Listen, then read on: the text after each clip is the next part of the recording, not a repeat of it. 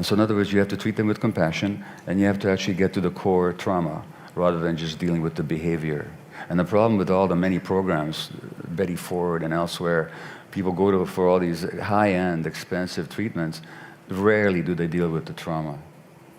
And even in the 12-step programs, they rarely deal with the trauma. I'd like to have you first off define trauma, and then the difference between using it as a badge or as a living in woundology, which a lot of people do, versus what is really trauma, and addressing it and not just sweeping it under the, under the rug.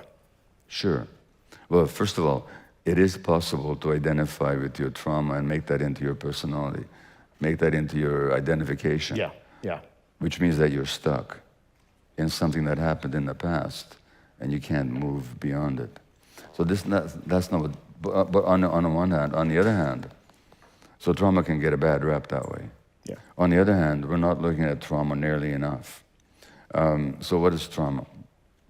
This is to the point where even though there is voluminous scientific research that's not even vaguely controversial, that shows the relationship between trauma and physical and mental illness, to the point that a British psychologist, a member of the British Academy, Richard Bentall, said that the evidence, for example, linking childhood adversity, trauma, to adult mental health conditions is as clear as the evidence linking cigarette smoking to lung cancer. But despite that scientific fact, the average medical student never hears a single lecture on trauma, which is almost unbelievable, but they don't. So that means they don't know what they're looking at. So what is trauma? So trauma literally comes from a Greek word for wound or wounding. So trauma is a psychological wound. Trauma is not what happens to you. It's what happens inside you. It's not the hit that you get, it's the concussion. So trauma is the wound that happens inside you. So trauma, for example, in the very first chapter of the book, I talk about how when I was 11 months of age, I was given to a complete stranger in the streets of Budapest by my mother, and I didn't see her for 6 weeks. The trauma is not that I was given to a stranger. She did that to save my life. As a Jews living under the Nazis, that's the only way she could keep me alive. So I didn't see her for 5 or 6 weeks. The trauma is not that she gave me to a stranger, and I didn't see her. The trauma is the wound, which is what I made it mean in myself. What did I make it mean? The only thing that an infant can make it mean, which is that I'm not lovable, and that I'm being abandoned and rejected. So that wound can show up 70 years later when something touches it. So a trauma is a wound. It's not what happens to you, it's what happens inside you. And the characteristics of the wound basically are twofold. One, if you touch it, it's very sensitive. That's when you're triggered. And by the way, this word about being triggered, I'm being triggered. Good thing you're being triggered, because it means you get to examine yourself. Because the trigger is only a very small part of the mechanism. Yeah. For the trigger to do its work, there has to be explosive material inside you. Every time you get triggered, you get an opportunity to examine what explosive charge, what ammunition I'm still carrying from childhood that has just been triggered. So trauma, first of all, is, if you touch the wound, it's very sensitive. The other aspect of a wound is that it scars over. And scar tissue, while it's protective, is not live. It doesn't have growth capacity, so people who are traumatized get stuck at certain levels of emotional development. Scar tissue has no nerve endings in it, so you don't feel. So people who are traumatized, to the extent that they're traumatized, they disconnect from their bodies, they disconnect from their feelings, which is not a bad thing, you see. Because if you take an extreme example, a child being abused, you can't run away. The healthy response is to fight back or to run away. Mm-hmm. But I mean, I know your experience, Joe, and could you have fought or escaped at that time? You couldn't have. So that the protective response is to disconnect from yourself. So that's the trauma, in a sense, represents the organism's automatic defense mechanisms, but then that disconnection from feeling, it creates all kinds of problems later on in life mental and physical illness. Or when the pain gets too much and you can't bear it, you have no way of dealing with it because you couldn't deal with it as a child, and now you get into addictions to soothe the pain. So trauma disconnects you from yourself, and that's the biggest impact of trauma, which means that now you're no longer leading an authentic life. And everybody in this room is committed to being authentic, and isn't it just a challenge? But why is it just a challenge? Let me ask you a question here. I'm just going to ask for a show of hands. How many of you had the experience of having a strong gut feeling about something, ignoring it, and then being sorry afterwards that you ignore your gut feeling? Just raise your hand. It's always the vast majority. You know what you just told me? The story of your childhood. Because you've never met a one-day-old baby who's disconnected from the gut feelings. So something happens. That something that disconnects us from our gut feelings is the traumatic experience. Now, I define, or at least I describe trauma as having two major categories. There's the big T trauma. Excuse me. This is the last gig on a 7-week speaking tour now, so my voice is rather challenged at the moment. But the big T trauma is when terrible things happen to a child, such as the sexual abuse that Joe endured, such as the separation from a mother that I endured at age 11 months, such as poverty or racism, such as being emotionally abused or neglected, or a parent dying, or a parent being addicted, or a parent being mentally ill, or a rancorous divorce that a child has to live through, violence in the family, a parent being mentally ill. These are the big T traumas. At least these are the big T traumatic events. But there's another way you can hurt people. Don't forget, trauma means a wound. You can wound people in two ways. One is by doing bad things to them, or you can wound children not by doing bad things to them, but by not meeting their needs. Human children have evolved with specific needs. They're not just a blank slate on which you can write anything you want. They have certain emotional needs. As adults, we have certain emotional needs. For the healthy development of the human child, certain conditions have to be met. For example, an attachment relationship with the parents where the child feels absolutely secure, absolutely safe and secure. Rest, which means that the child shouldn't have to work to make their relationship work.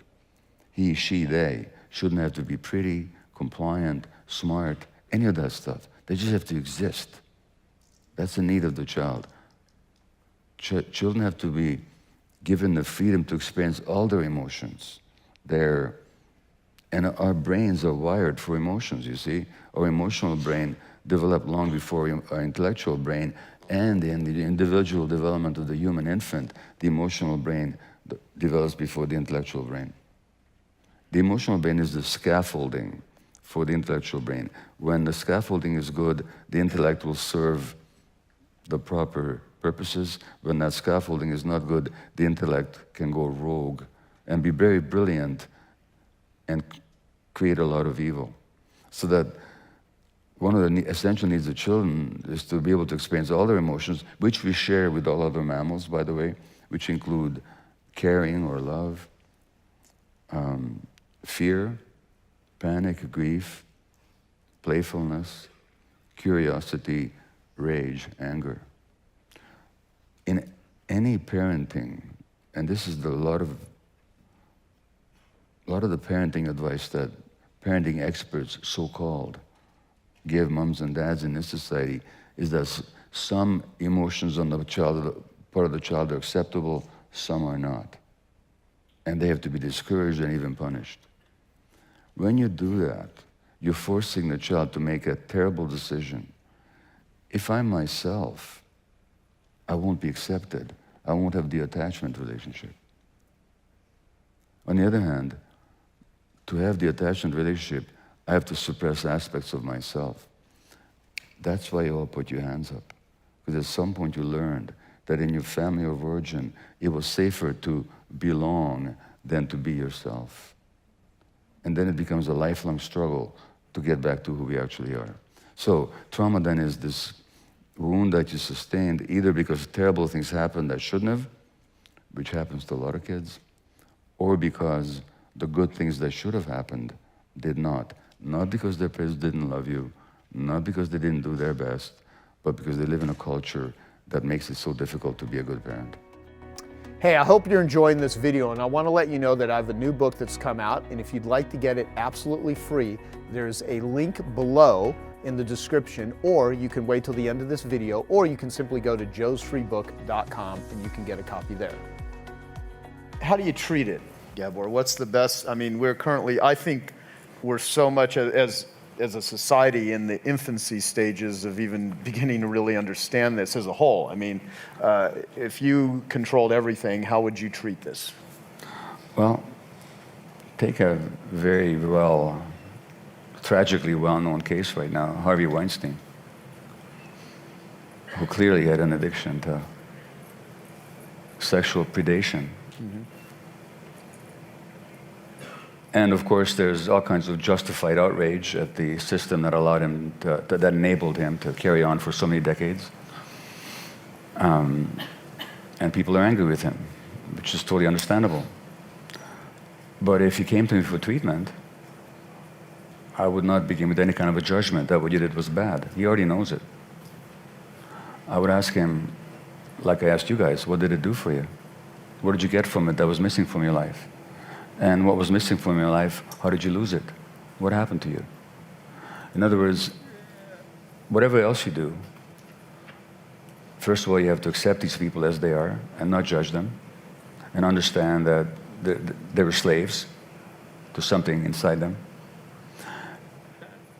And they didn't willingly make themselves slaves. Number one. Number two, something happened to create that compulsion. And that something that happened that created the compulsion was rooted in pain. And so in other words, you have to treat them with compassion, and you have to actually get to the core trauma rather than just dealing with the behavior.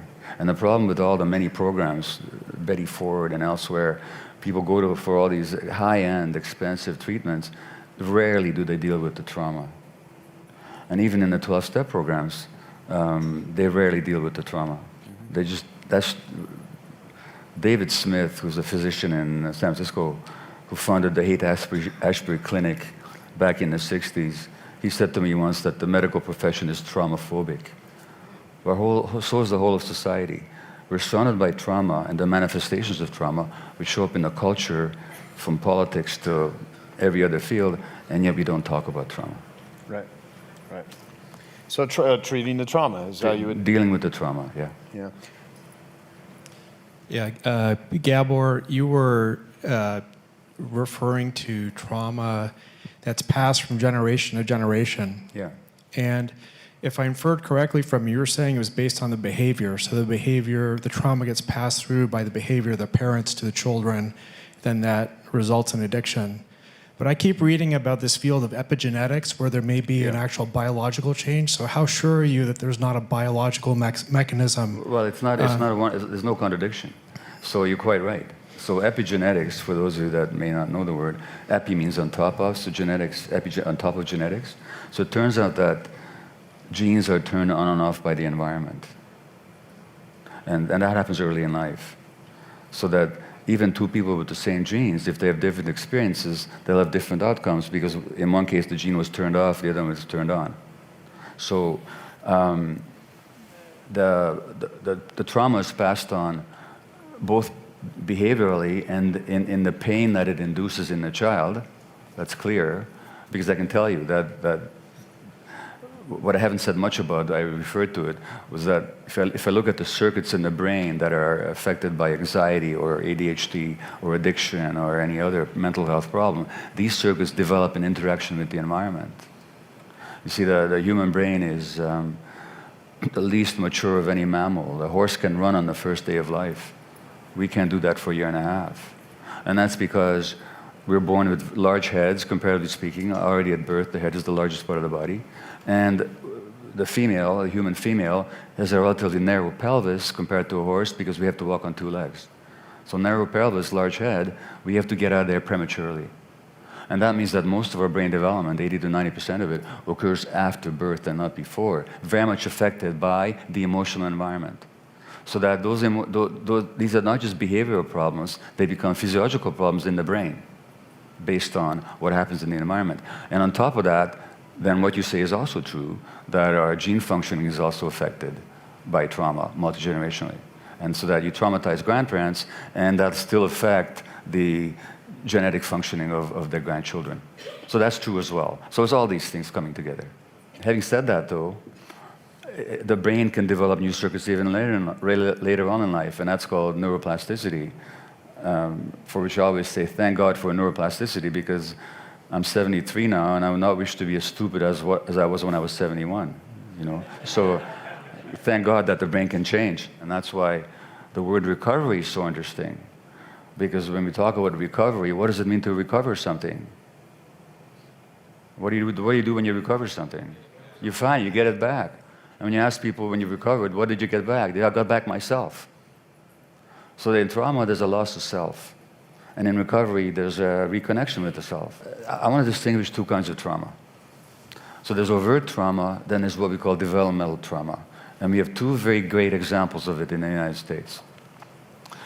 So what does trauma do? It separates us from ourselves. We lose ourselves, like we said. It also gives us a very negative view of the world. So if we have a negative view of the world, then we act accordingly. We are defensive, and we're grandiose, and we're aggressive. So there's a man who said that the world is a horrible place. Now, I'm not commenting on anybody's politics here. I'm talking pure psychology. Okay? I'm not talking about policy, foreign or domestic. I'm talking about mind states. Please understand that. So however you voted in this last election, don't take offense, please. But the man who said that the world is a horrible place is the President of the United States. And that's the world he lives in. And why does he live in that world? Because he grew up in a family that taught him that. His father was a domineering, rageaholic a tyrant who demeaned his children. His brother drank himself to death.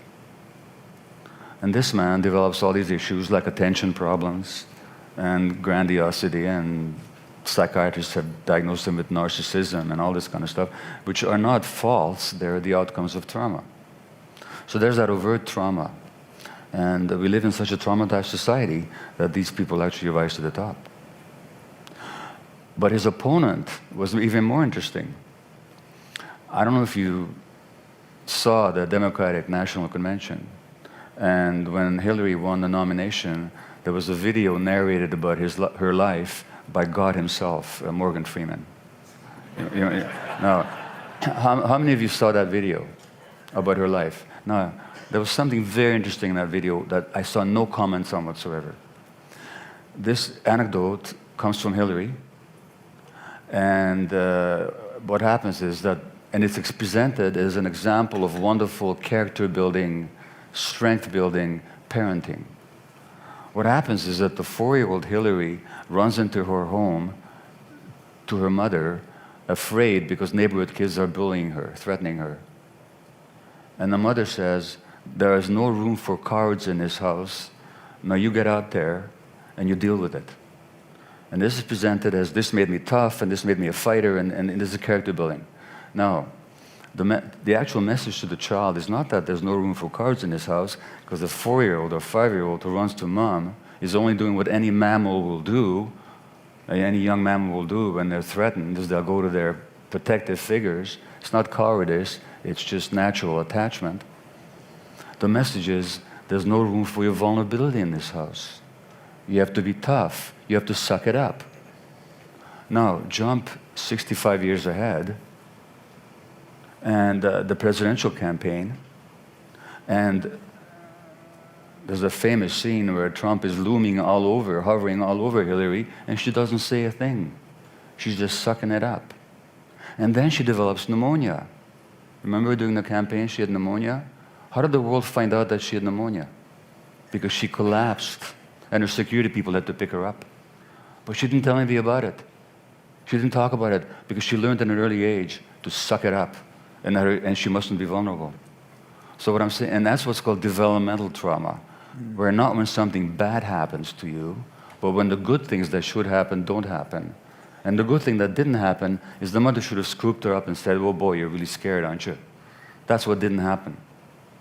And so what I'm saying is that there's that overt trauma, and there's lots of studies on how overt trauma, if those of you are not familiar with the adverse childhood experiences studies, the AC studies, where they looked at 17,000 Californians, half of them university graduates, and the more adversity there was in their childhood, meaning physical, sexual, or emotional abuse, death of a parent, a divorce, parent being addicted, a parent being mentally ill, violence in the family, neglect, a parent being jailed. For each of these adverse experiences, the risk of addiction goes up exponentially. And you can download your ACE score just by going to the internet. It'll give you a lot of insight about yourself. But there's that other kind of trauma, which is the developmental trauma, which doesn't happen because bad things happen to you, but just because you weren't held in the way you needed to be held. So that's the final thing I wanted to tell you. You know what, Dave? Like so much of I think the draw for me originally to Amy and her book was not just love relationships and things, but it's just relationships in general. Just going through the ending of certain things, or when you're dealing with betrayal and stuff like that. Like Amy, when someone has been deeply betrayed and they lose faith in humans, they quit, they don't trust, they're just badly wounded. What do you say to them? Yeah, I think that there's different stages of dealing with the pain and the trauma, and it's important to honor what stage you're at, because there's different strategies depending on where you're at, right? In the very beginning, you want to honor the feelings, right? You don't want to label them as good or bad. I think that especially in North America, we label the feelings of sadness or anger like bad, and there's extra shame. And I deal with a lot of overachievers. So overachievers have a tendency like, this is terrible, I want it over, like get me through this. And they want to fast forward out of the pain. Thing is, the pain needs air to breathe. And if you just shove it down, this, you've talked about this in your own work, it's going to show up in either another relationship, in another behavior, it's going to come out somehow. So I think the very beginning is just processing and not judging yourself, and allowing yourself to go through all of it, because, I look at it as, whenever I'm crying, I look at it as tears as pain exiting my body. And I'm like, oh, I'm just expanding my emotional range. How fortunate am I able to feel all of it, right? And so I really have reframed my approach to how I look at these emotions versus just going to a shame spiral. So I think there's that in the very first stage. And then I think the second stage is practicing compassion. And I don't mean this in a fluffy, like, oh, just like think positive. I mean this as, compassion is a muscle that you build. And the more you practice it, the stronger it gets. And compassion is very necessary because it is a critical ingredient for forgiveness, letting go, and acceptance. And you can't just get to forgiveness of someone else or human beings and the world if you don't have compassion for yourself first. There's tons of things you can do. Kristen Neff is an amazing thought leader on this. She has free guided meditations. Do this every day for 30 days. You will feel a difference.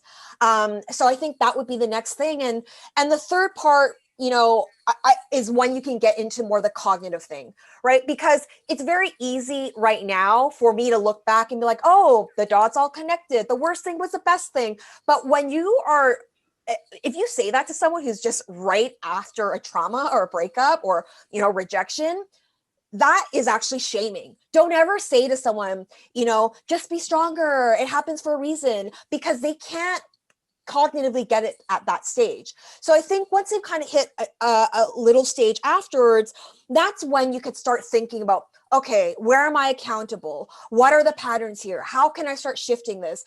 How can I use this as a catalyst to transform my life? Because pain is an excellent catalyst.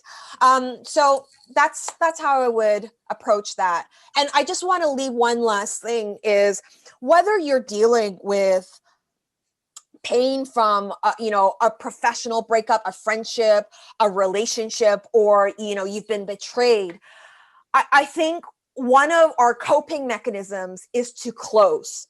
And so I say that our greatest lesson in this lifetime is to practice opening our hearts, even when it hurts, especially when it hurts.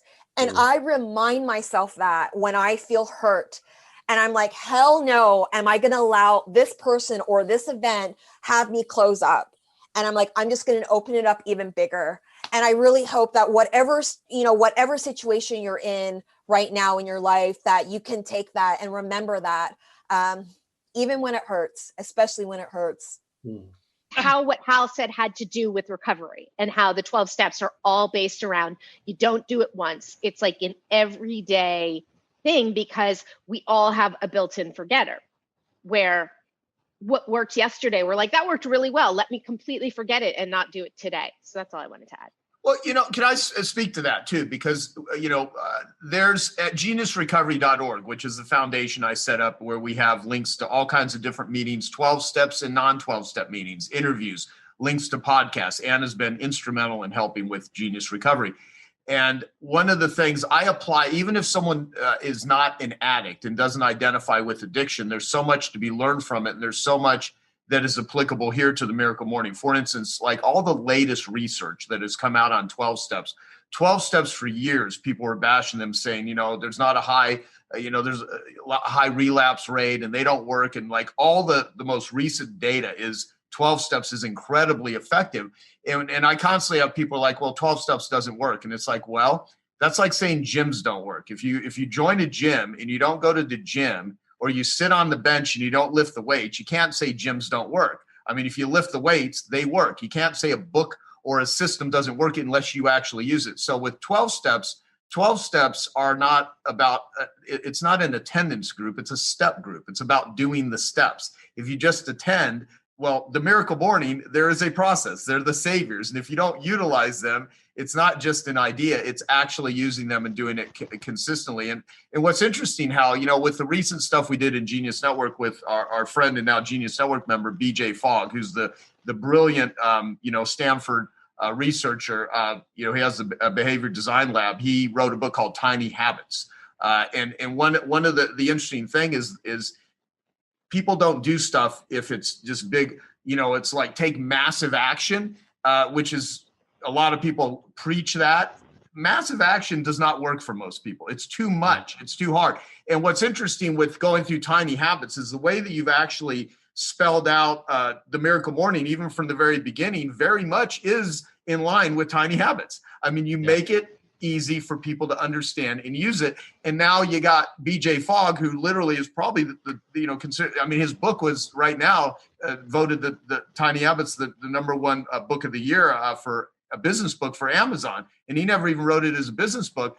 He's got all the research to support this now. So even the things that you've been teaching, you can tie it into like, this actually works when you do it in this way and you build up upon it. I mean, the savers, they're very small parts of each individual thing all combined together. Can you speak to that? Because I don't really think you articulated that about the savers, is like you looked at all of these principles and you built them into the morning. Yeah, for me, in 2008, when the economy had crashed and I had lost my income and all of that, it was a conversation with a friend of ours, John Berghoff, and he gave me the advice. He said, Hal, I want you to go for a run, start running in the morning. I said, I hate running. He said, well, what do you hate worse, running or your circumstances? And I go, all right, I'll go for a run, asshole. And he said, while you're on that run, listen to some self-help or a business audiobook, so that while you're in that peak physical state, right, you then can receive that information and go home and implement it. And on the very first day, he had me listen to this Jim Rohn audio. And Jim Rohn said, your level of success will seldom exceed your level of personal development. And so that was where the epiphany, I went, wait a minute, I need to take my personal development up a notch or quite a few notches.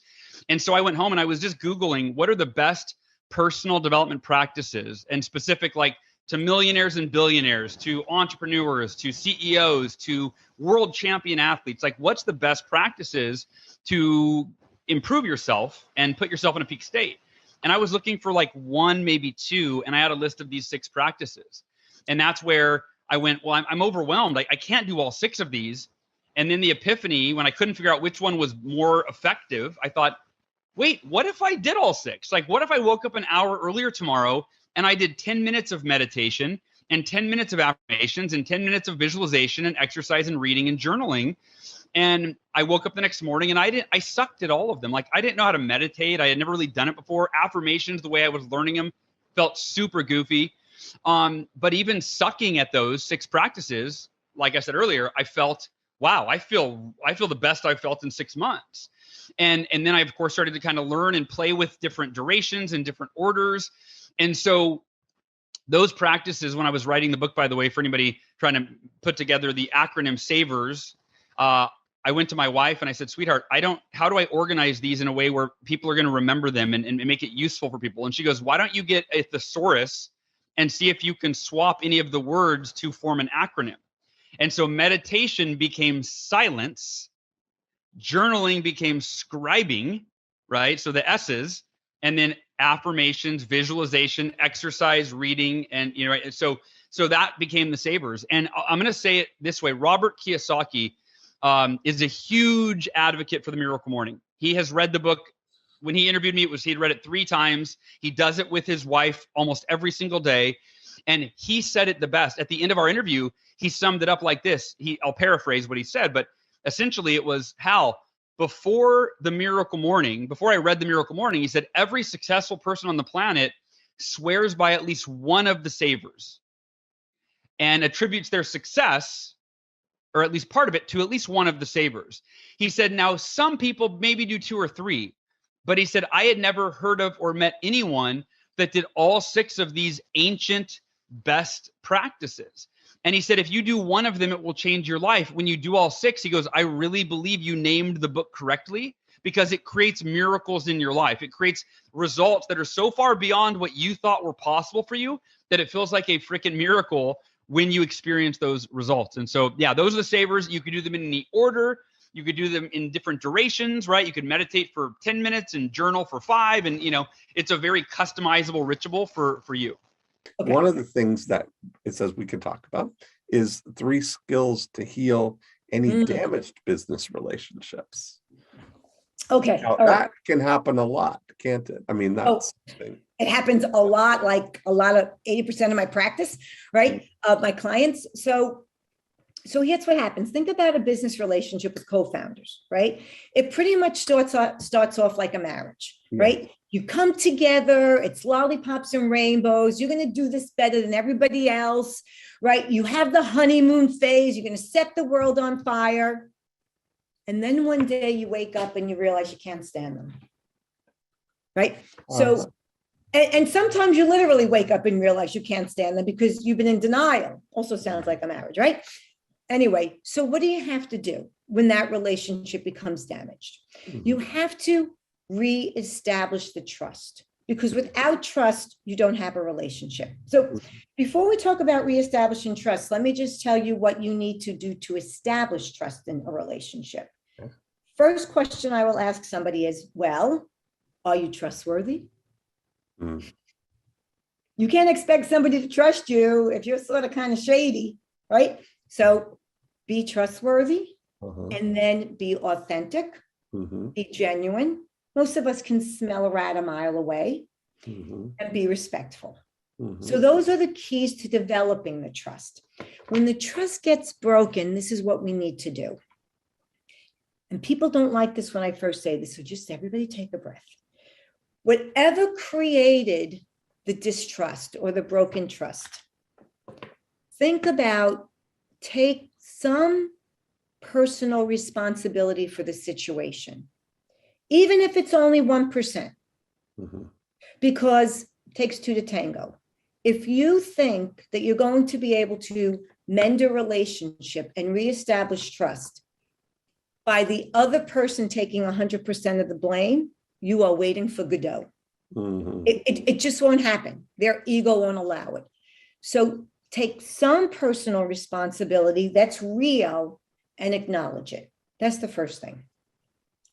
The second thing is use the imagination, like we said earlier, with empathy, and put yourself in their shoes and imagine the situation from their perspective.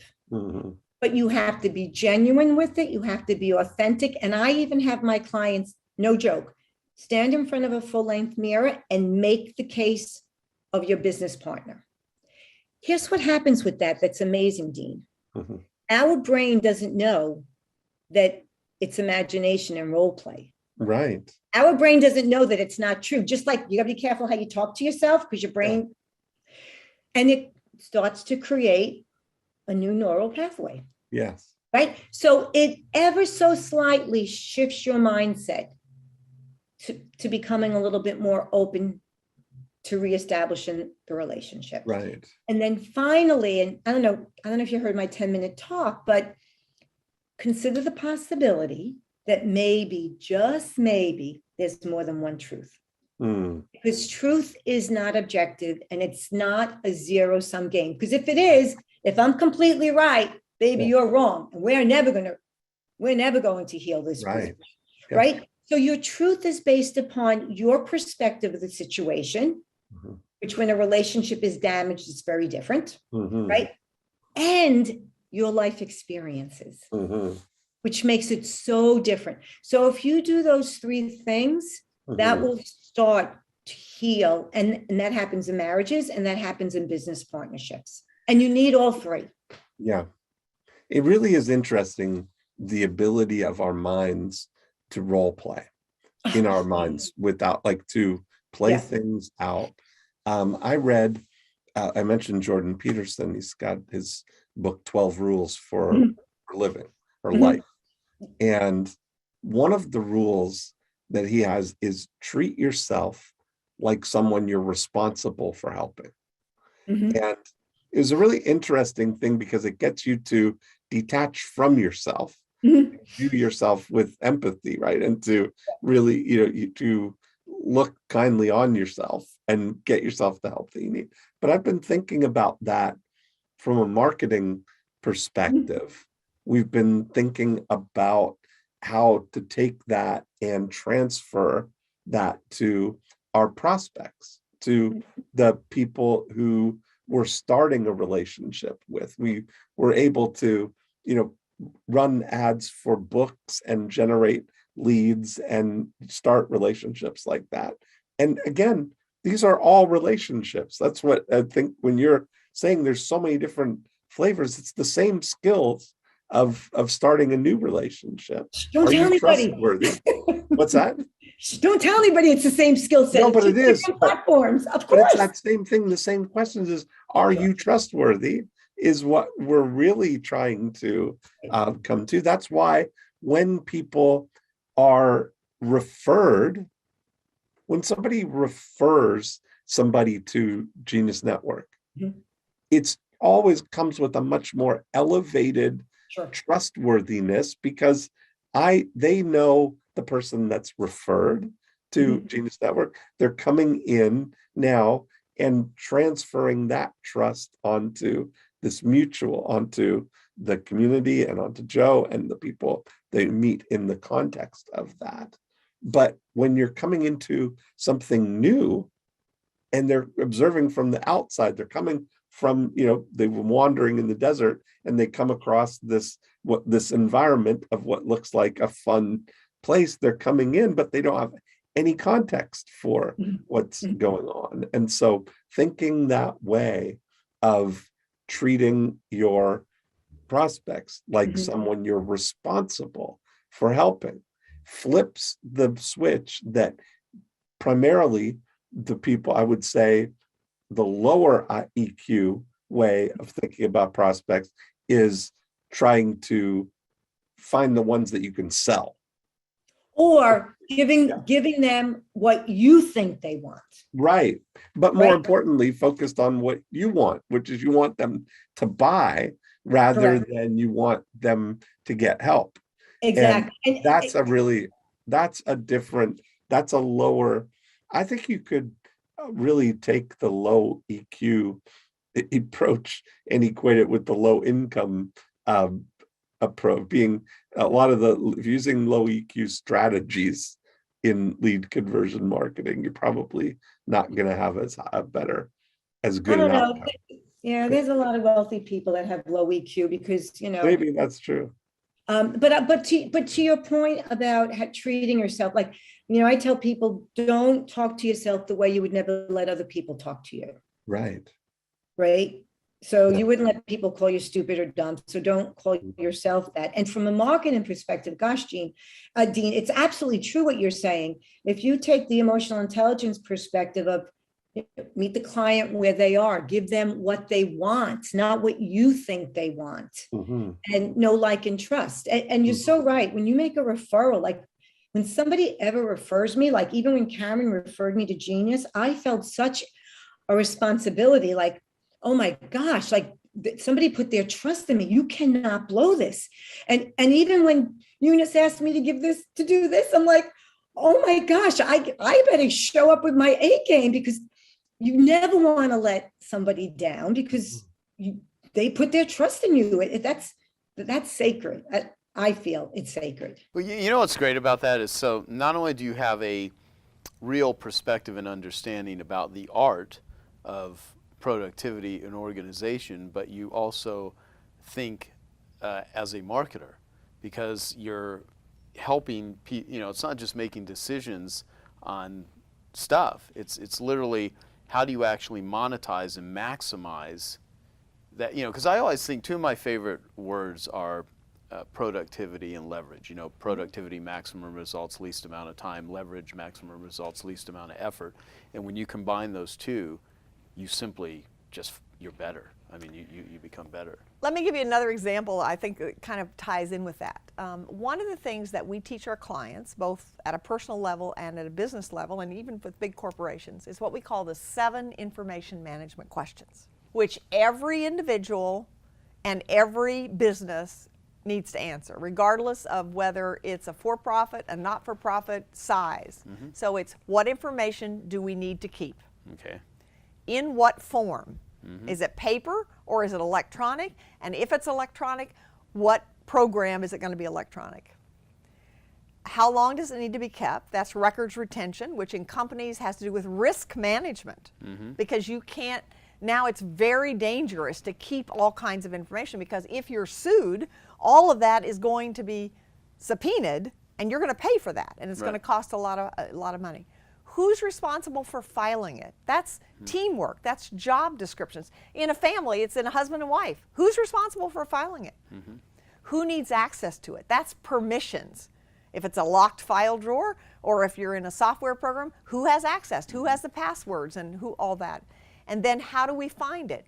That's version control and naming mechanisms. We were talking about, there's so much information out there that nobody can find anymore in companies. I mean, I can tell you some stories that are just, they're just pathetic. And then the last one is, how do you back it up? Gotcha.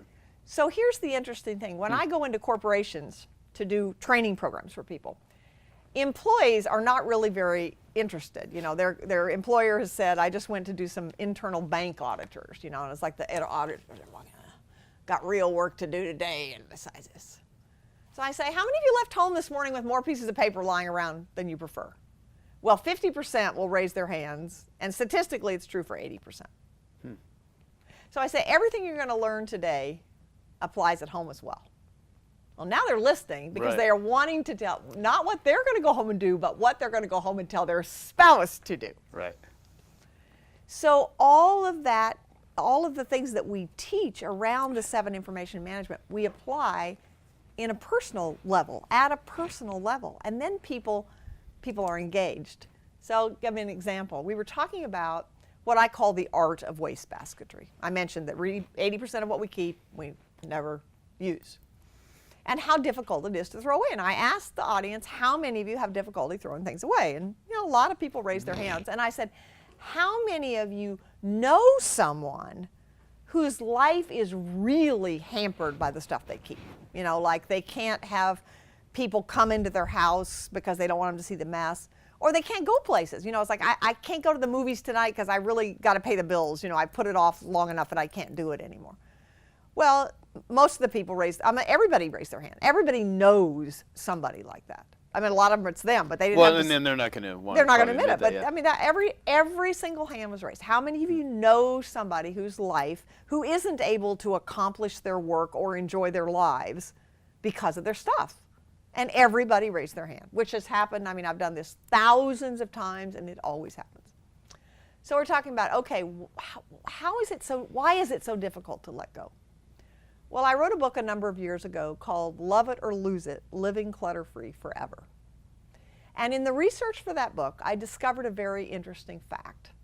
And that is, if there is someone who has a great deal of difficulty letting go of things to their own detriment, by their own choice. It's not like they choose to keep it because they like it. It's like they're not really comfortable, but they just can't let go of it. Right. If I ask enough questions, I will find out that that person at some point in their life had a severe emotional loss.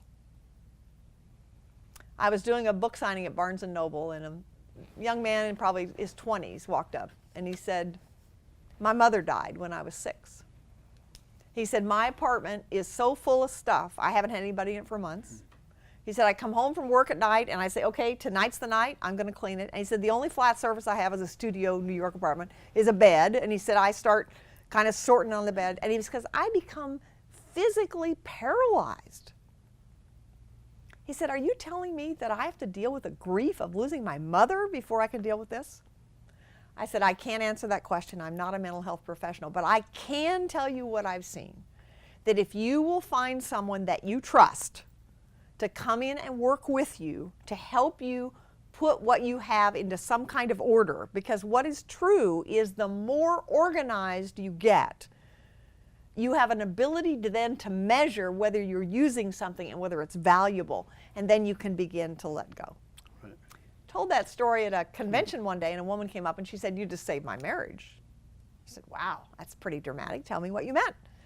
And she said, "I came to this convention with the intention of going home and telling my husband, to whom I've been married 13 years, that I was leaving because he keeps all this stuff. I have allergies. I can't dust the house. He won't let go of it." And then she stopped, and literally the tears started running down her face, and she said, "His mother died when he was 7. So she said, "I don't know what I'm going to do, but I now realize that it wasn't that he wouldn't get rid of it, but that he couldn't. And I'm willing to go back and give it another try. I'm not sure what I'm going to do, but I'm willing to try again now that I see, this side of it." That's interesting. That's cool. And so I said, "May I make a suggestion?" She said, "Sure." I said, "Go back and say to him, I never understood before how important all this is to you. Let's figure out how we can keep it so that I can live with it and you can live with it too." It changed everything because he felt heard. Always before, and I see this all the time, it's like, "You don't need this." "Yes, I do." "You don't need this." And there's this constant angst. And as soon as he was given permission, now it still took time, but I stayed in touch with him for months afterwards. And she said it was vastly improved. And there were times when he'd even say, "Oh, I really can get rid of this." Well, I told this story at the bank auditors, and at the break, one of the women came up and said, "My husband died 10 years ago, and I have all of the stuff in the house that I just have not been able to get rid of." So we were talking about these sorts of things, and at the end of the seminar, she came up and she said, "I just figured out how I can get rid of this stuff." And I said, "Tell me." She said, "I decided that every time I give away something of his, I will give away something of mine as well."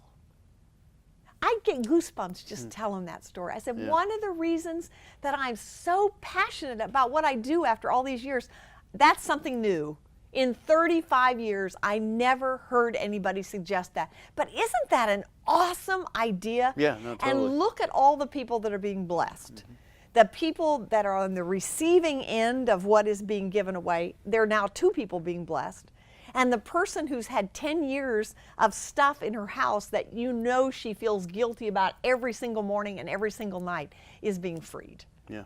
So, Dr. Barbara Hemphill, this is the therapy set. No, that's great. No, that really is great. Because that takes things to a whole another level of the impact. And I love the way you articulated it, because we're talking about a subject that really undermines people's ability to function and relate with each other, and even just that level of understanding. I sat and think about, you know, my own behavior. When I was interviewing, you know, your dear friend Tracy Parks, you know, I talked about, like, I have and she talked about digital organization.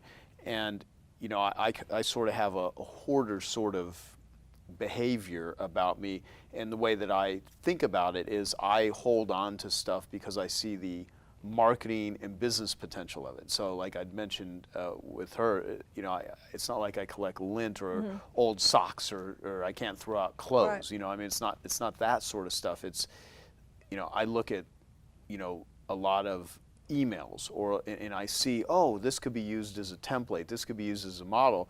But deep down inside, there's this psychological thing. And I have a person that works for me named Nate, who actually happens to be sitting in the room right now. But you know, he's been helping me with you know, project management stuff. And one of the conversations we were having a week ago was just the ability to get rid of stuff that it's so hard. And he said, you know, in order for me to help you, and he'd thought about this, and he, you know, showed me some questions that he had. And the top one was, what are you afraid of? Like, what is the fear? Is it opportunity loss? Is it you're not, you know, I mean, what is it, why you're holding some of this stuff, which is really important to get to that. I mentioned the art of wastebasketry, which is a series of questions. Would it be difficult to get again? Does it exist in another place? Is it recent enough to be useful? But the last one is, what's the worst possible thing that would happen if I didn't have this? So when I'm working with someone, that's the question. Yep. There are two questions that I'm always asking. One is, what's the worst possible thing that would happen? If you got rid of this, whether it's deleting something, you know, from your digital storage, or whether it's throwing away something, and it turns out you were wrong, what would happen? And is that a price you're willing to pay? And that goes back to what I said earlier, which you can keep everything you want if you're willing to pay the price. I think about a client I had who had a PR firm in Atlanta many years ago. And I set up a filing system for her. We use a numerical filing system where we tie, this was paper filing back in those days, and it was a paper filing system, but we tied it into an electronic search engine so you could find it. She had 35,000 files, but we could still find anything in 5 seconds because she could do a search. But the price she paid was a whole room, 2 full-time file clerks, and it was a choice she was willing to make. And that's not a moral issue. It is not a moral issue. It's like, this is the lifestyle. It's like some people love to be around books. I mean, it makes, it's like some people love to be around waterfalls or, you know, something else. It's your environment. That's the reason that I call my company Productive Environment. So it's when you keep all of this, is it making you more productive? So the question is, what's the worst possible thing that would happen? And then the second one is, does this help you accomplish your work or enjoy your life? Yeah. So one of the services that we offer for companies, Tracy mentioned it when we were interviewing, was a Productive Environment Day. And this is an event. If you take any 100 employees and say, if you had the time, are there things you could comfortably throw away? 99 out of 100 would say yes. But nobody goes to work and says, oh, I don't have anything better to do today. I'm going to clean out the files. Or I'm going to, you know, the place I love is in the kitchen under the sink. That's where the cartridges go for the printers that we don't even have anymore, you know, that kind of stuff. Right. Nobody says that. And if somebody does do it, because there's always somebody in the company that really likes to do that, you know, I mean, they like doing that. But if they do it, people look at them and say, are you mad? We have this project we're working on. And besides that, in order for me to clean out, I have to ask you, is this the most recent version? Or, you know, do we need to get, and it's like, get out of here, I have real work to do. So we go to management and say, I mean, if you look at this, the price that companies pay for clutter in terms of storage of things. Let me give you a scenario of this. When I first started in this business. We could just walk around my building. You know, when I first started in this business, the way decisions were made about paper was every executive had a private secretary. In the early 80s, every manager and every executive had a private secretary. And every private secretary had a file clerk. And every company had a file room, and every file room had Mabel. And when you as an executive were done with a project, which in those days was all files, you would hand your file to your private secretary who purged it, who filed it, who gave it to her file clerk, who organized it and filed it within the office for, like, say, a year or two. And then at the end of that year or two, she walked it down the hall to Mabel, and Mabel had the records retention program for the whole company. And so Mabel filed it as long as it was supposed to be filed for the company, and then it was either purged or it was shipped off-site to Iron Mountain or wherever. That's the way, that was the decision-making structure about information. Bill Gates put computers on everybody's desk, and we said, oh, we don't need all this before. Now, granted, there was too much infrastructure. There were, in New York, when I was there, I saw file clerks reading books because they didn't have enough work. So, I mean, but it's a classic case of the pendulum swinging too far. We went from having way too much support to suddenly having none. And now an executive who's never done any kind of admin stuff like that at all is supposed to figure it out, and they don't have time to. Right. So what happened is they started just stuffing things in file drawers. And then the file drawers get full, and nobody wants to clean them out. Nobody wants to make a decision, so we move them out in the hallway. And then nobody wants to clean out the files in the hallway, so we move those down into a storage room. And then nobody wants to clean out the storage room, so we move them to offsite storage. All right, I have a client right now that has 6 buildings, and they are downsizing to 2 because the economy has hit them hard, and they cannot afford private offices, file clerks, file rooms, file cabinets, all of this. They estimate that they have 50 million paper documents that they have to decide what to do about before they relocate. Wow. Because there was nobody making decisions. Now, here's the scary part. I think as a country, we are headed toward the biggest information management disaster in history if we do not teach employees, give them permission, and empower them to make decisions about digital information. Because if you have 1,000 pieces of paper and you have to find it for some reason, you can hire temporaries who know nothing about anything and say, I'm looking for pieces of paper with these words on it. And they can flip through the papers and they'll find them. If you have 1,000 digital documents and they are filed who knows where, you and Tracy talked about all the places they can be filed. Right.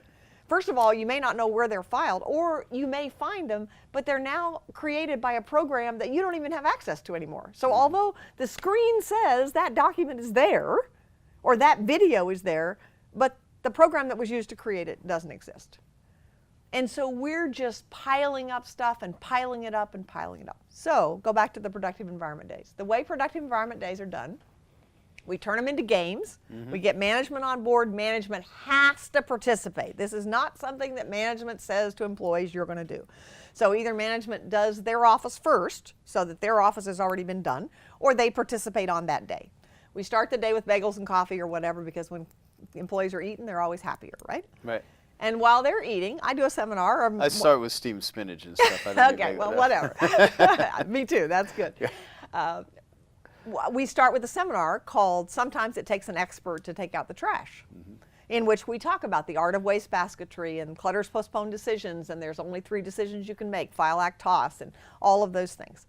And we set up shredding bins. We bring in shredding companies, recycling bins. We set up a trash to treasure table. So like, you know, here's this mug that I got and I don't like it anymore, and I'll put it on the table. And the rule is that any employee can come in all day long and take anything they want as long as they take it home. And we give out prizes, you know, prizes for the funniest thing and the oldest thing and the most unlikely thing and the most unusual thing and stuff like that. So then we send them back and everybody starts cleaning. As my mother used to say, many hands make light work. When we're all doing it together, then we can communicate about things, and the camaraderie begin. You can see it happen at the beginning. People are like, you know, and then it begins to pick up, you know, and then people get really excited, you know, it's like, great. Well, then we come and eat lunch together because we want them to tell stories about what they're finding and what they're doing. Right. Then in the afternoon, while they're doing their lunch, I do a seminar on digital cleanup, or Tracy does a seminar on digital cleanup. And then we go back and have them clean up their computer and do the same thing. Well, let me give you one example. A company, 400 employees, they were getting ready to move. A classic client for us is either someone who's trying to move to what I call almost paperless, because I don't think paperless is viable, but I think almost paperless is desirable. So when somebody's moving to less paper. That even rhymed. I just liked how that, yeah. Or they're relocating, because when you're relocating is the one time you have to consider all those things, and are you going to pay to move it? Yeah. So they were getting ready to move, and I was fairly new at doing these, and this was I had worked with this gentleman that owned the company at a bank before, and so he said, I'm getting ready to move, you know, I thought maybe you could help me. What do we want to do? And I said, give me your most cluttered department. I said, give me one day. And so he said, okay, client services. So we went into client services, like 25 people. We did that day.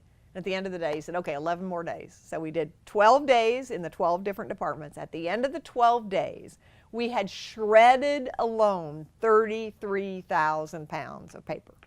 Wow. And we deleted almost 1/2 of the files off their server. Wow.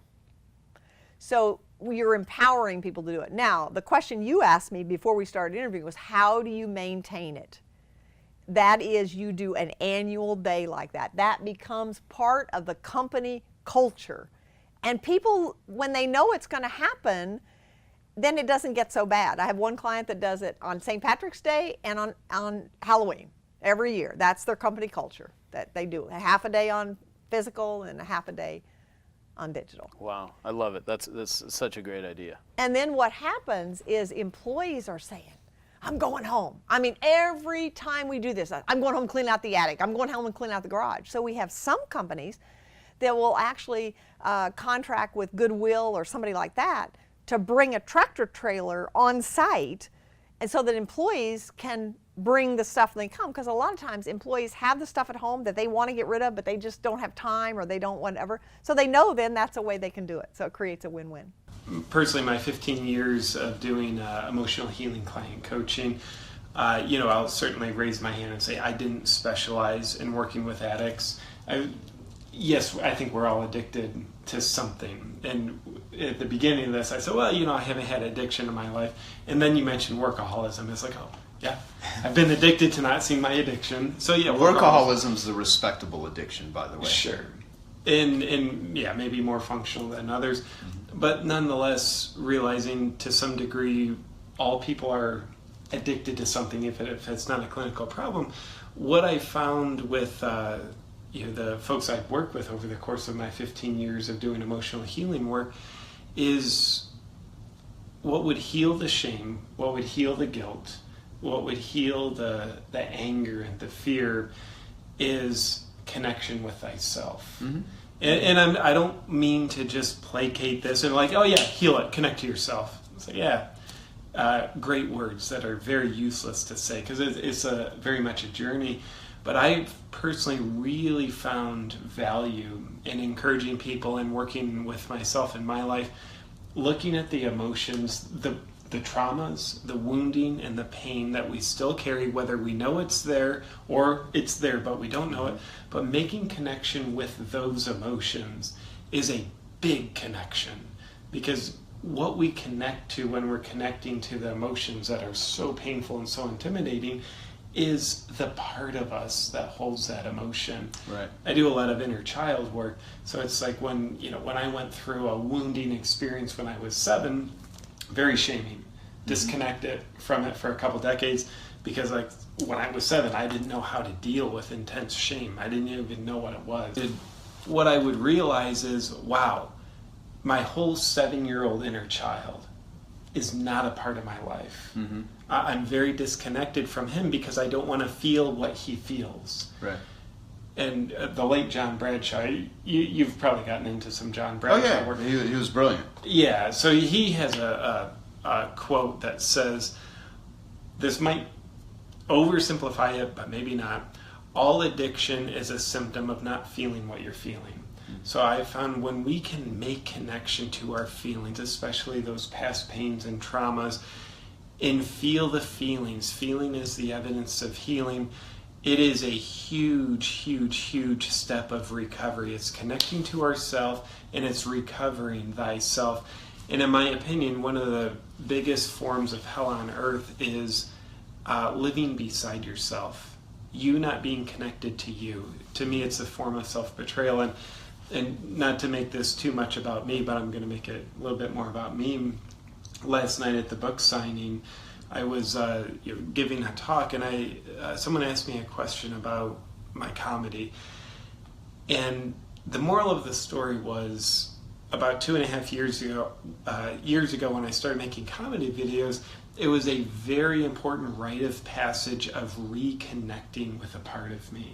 Yeah. When I was 7, when I was 4, those young ages, I developed a sense of humor in order to disconnect from pain. And the more I would use humor, the funnier I got. I was getting more practice with it, but the more disconnected I was getting with myself. Let me cover up the pain with the dirt of humor. You know, the flowers of humor. Cover up the dirt with the flowers of humor. Change the analogy. So I found when I reclaimed my inner comedian in a big way a couple years ago, it was really reconnecting with like the wounded 7-year-old inner child that was covering himself up with the camouflage of comedy.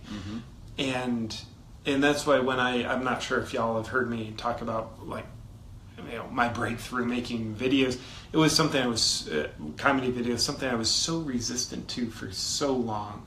It was so scary to me, like, it'll discredit me professionally.